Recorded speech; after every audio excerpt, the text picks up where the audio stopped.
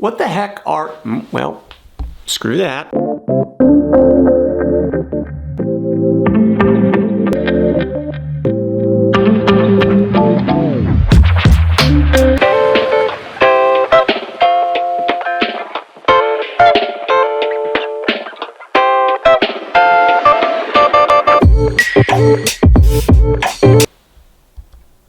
Should cancel that. Darn it! Oh, this is embarrassing. You're an embarrassment.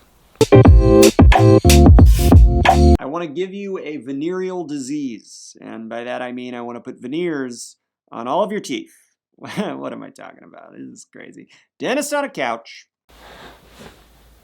What the heck is a dental veneer? How is it different from a crown? How is it different from dental composite bonding? What the heck is dental composite bonding? Do they last? Do they look good?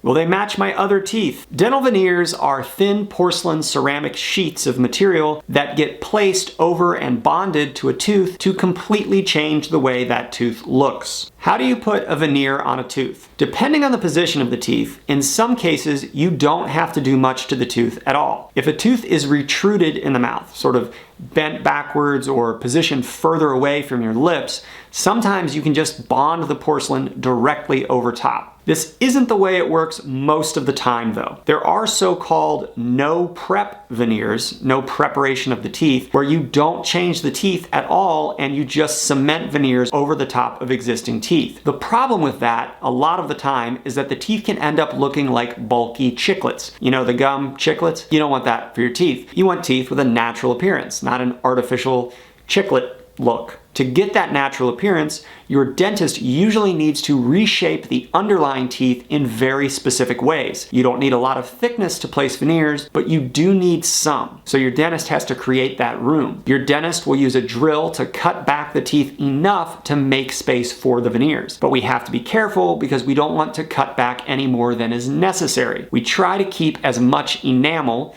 the outer layer of the tooth, we try to keep as much of that intact as possible because the bond strength to enamel is higher. The inner layer of the tooth, the dentin, the yellow part of the tooth underneath the enamel, that doesn't bond as tightly when we cement the veneers. It still bonds well, but we want to make the strongest bond possible. So you only prep the teeth the minimum necessary to create space for the porcelain veneer. How is a veneer different from a crown? With a crown, you are cutting back the tooth a lot more aggressively than with a veneer. You remove a lot more tooth structure when you do a crown. Crowns are usually done when there is already a lot of damage to a tooth or it has a large filling already. If you are just trying to change the appearance of the front teeth, veneers can be a great alternative compared to crowning the teeth. Preserving the strength of natural tooth structure with minimal preparations and bonded veneers can be a great option. There are two ways veneers are done on teeth today. In one case, at the first appointment, your dentist will reshape your teeth and put on temporary veneers. Then, at the second appointment, you will have your permanent veneers put in place. However,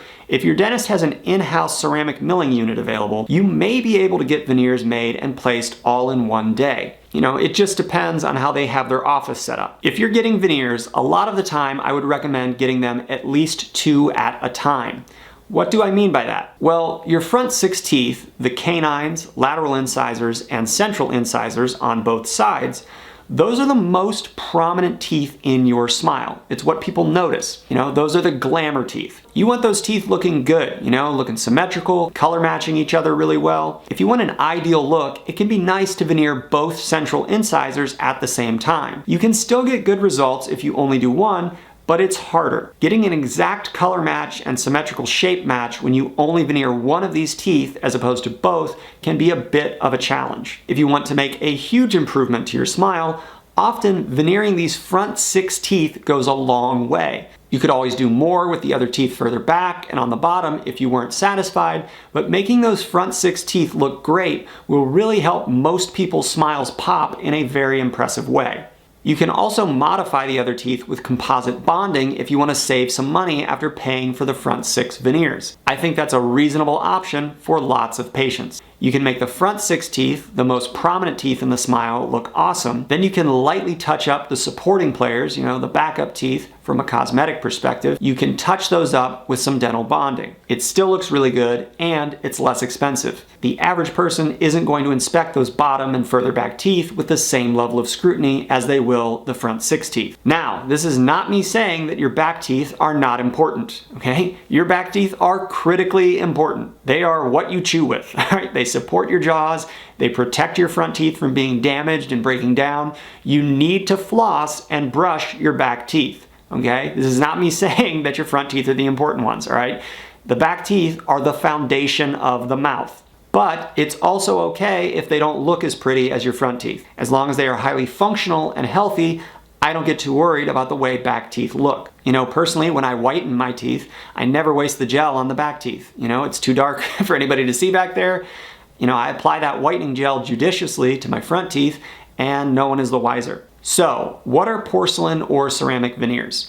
They are a really cool way we can transform a patient's smile to look totally different. It's a minimally invasive treatment. It's not a big, scary, major surgery. It's safe, it's effective. They can last a very long time, on the order of 10 to 20 years or more, as long as the way your teeth come together isn't putting too harsh of forces on them. Your dentist can evaluate the likelihood that this could be an issue for you. You clean around veneered teeth the same way as any other tooth. You don't have any eating restrictions with veneers. What if you are unsure if veneers are right for you? Well, there are several other ways to improve the appearance of your smile. One, you can whiten your natural teeth. I have a video all about the best way you can do that from home, and I'll link that in the video description. 2, you can have orthodontic treatment to straighten your teeth. I have a video all about clear aligners versus braces. I'll also link that in the video description. 3, you can have your dentist use composite bonding to reshape your teeth. Composite bonding can look very nice. In some instances, just as nice as a porcelain veneer can. It depends on the situation. Composite is a little more likely to stain and a little less durable, but honestly, it can hold up very well in some cases. There are a number of factors to consider, but composite bonding is much less expensive compared to ceramic veneers most of the time. If you want to see what can be accomplished with veneers in dentistry, check out @Dr. Appa on Instagram. This dude is a machine. He flies around between New York, Dubai, and Los Angeles making smiles beautiful. It's wild. His cases are gorgeous. They have an in-house lab. All of their lab techs make each veneer by hand. They layer the porcelain to get exact color matches. It's the old school way to do it, and it's expensive, but you can't argue with the results.